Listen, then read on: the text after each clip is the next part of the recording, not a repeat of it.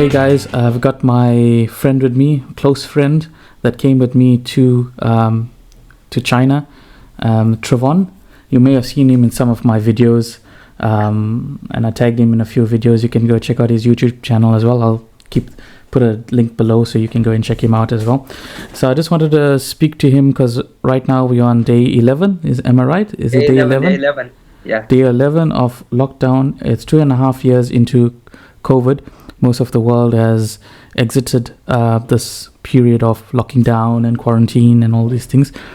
But over here, we have a COVID zero policy, and so it's still going quite strong.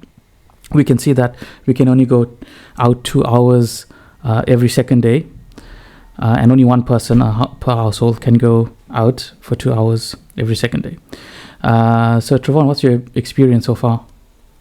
Well, it's been very different compared to past and previous lockdowns, where in past and previous lockdowns, well, I wouldn't say there was actually any lockdowns, but even in the periods where there've been COVID or COVID waves, as we would call them, there hasn't been this much strictness in terms of lockdown strictness. And we've had a bit of freedom during that time where you could go out, even take a walk. But in this case, it's been most of my time has been at home. Even though I can go out every other day, I don't go out unless I really, really have to. Mainly because I don't want to either contribute to the spread of the virus or be out in a position where I could meet a carrier of the virus. So I'm just trying to do my part as well.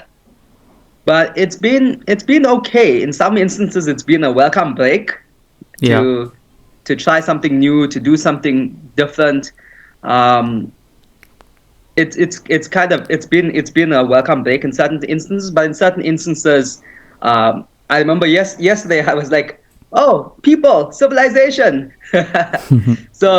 So you do miss that aspect of being with people and being part of like something. But it's been, I would say overall it's been okay. I think it's more maybe people's fears of the unknown that has been making everything a little, I would say, a little more worrisome than it is. Something a little more troublesome than it is. It's just people are worrying a little too much, I think.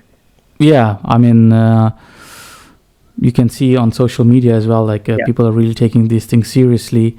They should not take it seriously. Obviously, it's a serious thing. But some of them are taking it seriously where people don't wear masks to do a COVID test, and they're getting very angry with them, stuff like that. Even the law is getting involved, like, oh, you have to wear your mask if you're going to stand in line and take your test and stuff like that. Yes. So we've seen that already, and I think, but most of us over here, in terms of foreigners, we actually follow the rules and we try and do the right thing as well. Because for me, as I was telling some friends before, I was like, it's simple for me. I rather follow and abide by what they're asking of me, or just leave. That's at the end of the day, it's not our country. We're here as visitors, we're here as guests, and as guests we always follow the house rules. So I don't like to go to the extreme is you follow or you leave. I don't like to give it like an ultimatum, but I mean, just if you want to be here, just do what they need you to do, and that's exactly. it. I don't think it's really difficult to do what they want you to do, like go to a shop or something and you need to scan to get in. Okay, they're trying to track the COVID. They're not trying to hunt you down or something. Exactly. You know what I mean? They want you to do a staying test. Staying at home for the whole day is not really a punishment by any stretch of the imagination. No, it isn't. Yes. Yeah, it's quite actually relaxing, because once you go back to work, as well as I do, like it's going to be non-stop, and then yes, exactly, you just don't have time to do many things that you want to do that you can do now at home.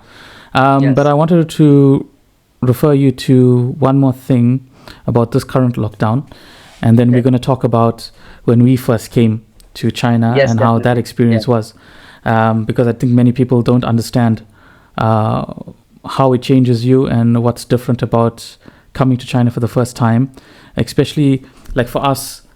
Just briefly, I'll just go into that. We came here and we didn't really know much about anything, to be honest. I mean, we watched a lot of things on YouTube and on social media, and we saw so many things, but we never imagined, really didn't imagine what we were going to get when we actually got here.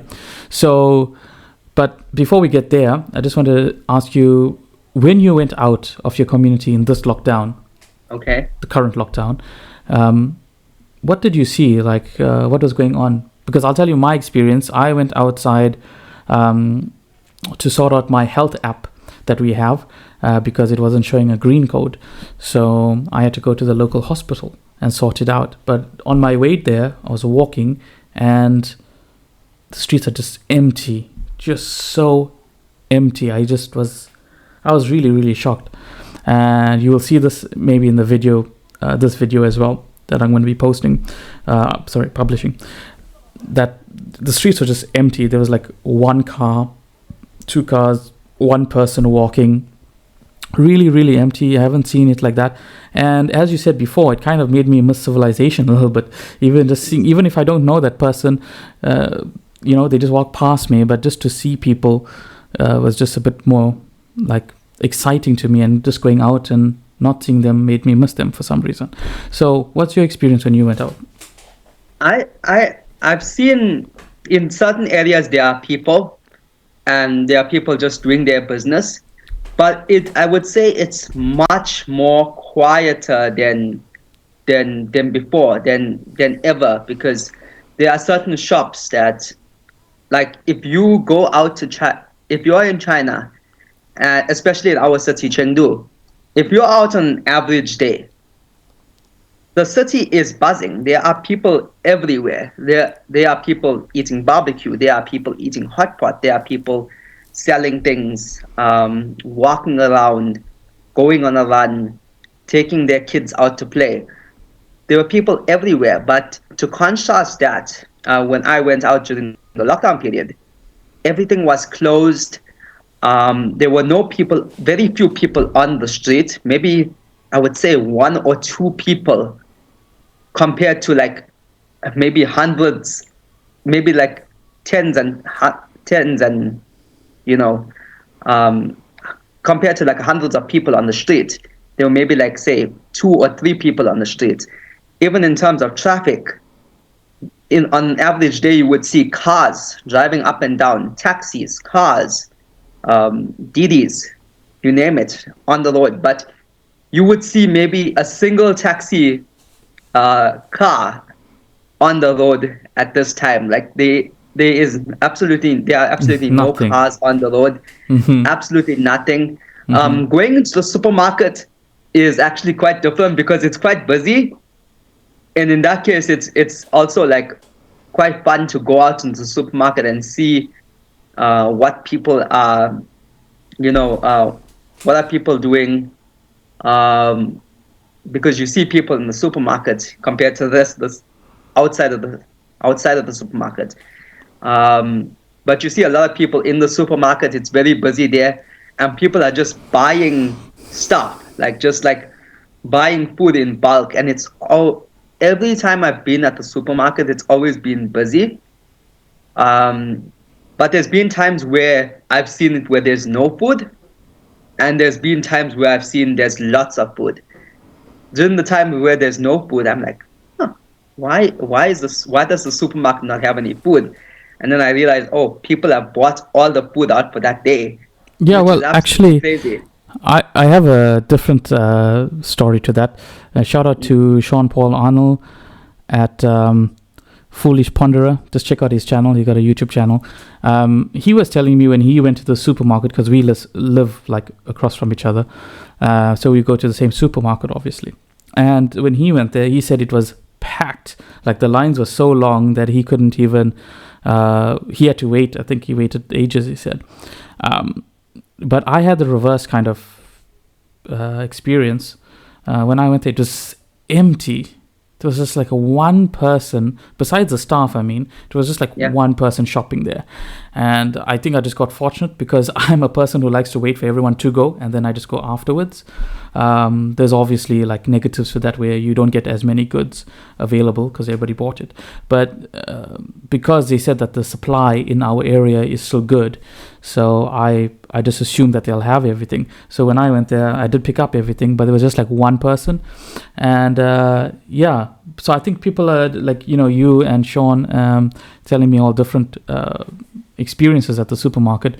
So I guess I just got lucky on a particular day. I guess so. So it depends on the situation, and I think it also depends on people and how they. I'm not exactly sure, but I do believe there's this. How do I put it? There's something that's, as a foreigner, as an outsider here, from what I've observed, is that there's a wave, a pattern. So people follow a trend. So if they see somebody else buying a lot of food, they will panic and automatically start buying a lot of food, which is very strange. But like, I've seen it where people just rush and buy food. Even last night, I was like, some of my friends on WeChat were buying food, like a lot of food.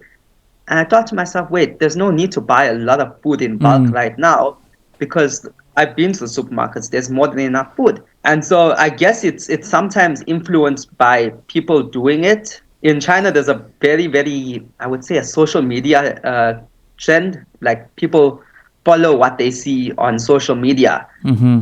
Definitely.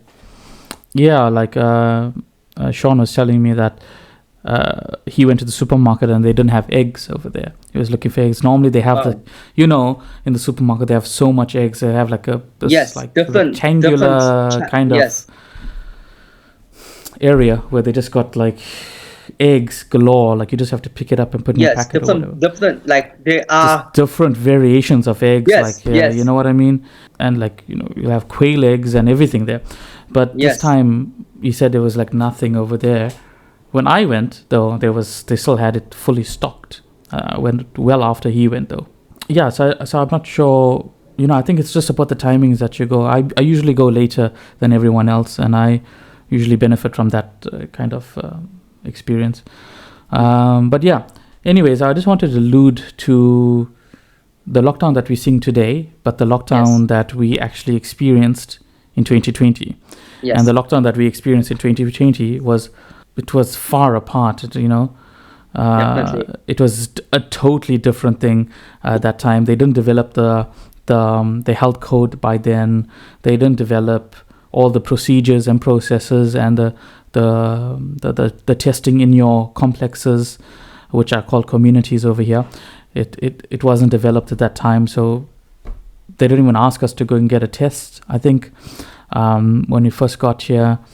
But I just wanted to speak on that experience over there and how naive we were in a few things. Like the virus was just big that time. It was so big, and they weren't able to track everyone at that time because they didn't develop the app for it, and we were just going everywhere. We didn't even have a card, bank card. Our cell phone wasn't linked to our bank card. We didn't even have the apps. We couldn't even order food, because we know here in China, ordering food online is like the cheapest and fastest thing that you can do. But we don't even have that luxury because we don't have a bank account, obviously. And we were just in this COVID period where they were telling everyone, stay at home. But we just got there to China, and we were just going everywhere, even in that period. We were going to all the malls, and plus we didn't have electricity, and all those issues with the apartment. So why don't you just tell me what was your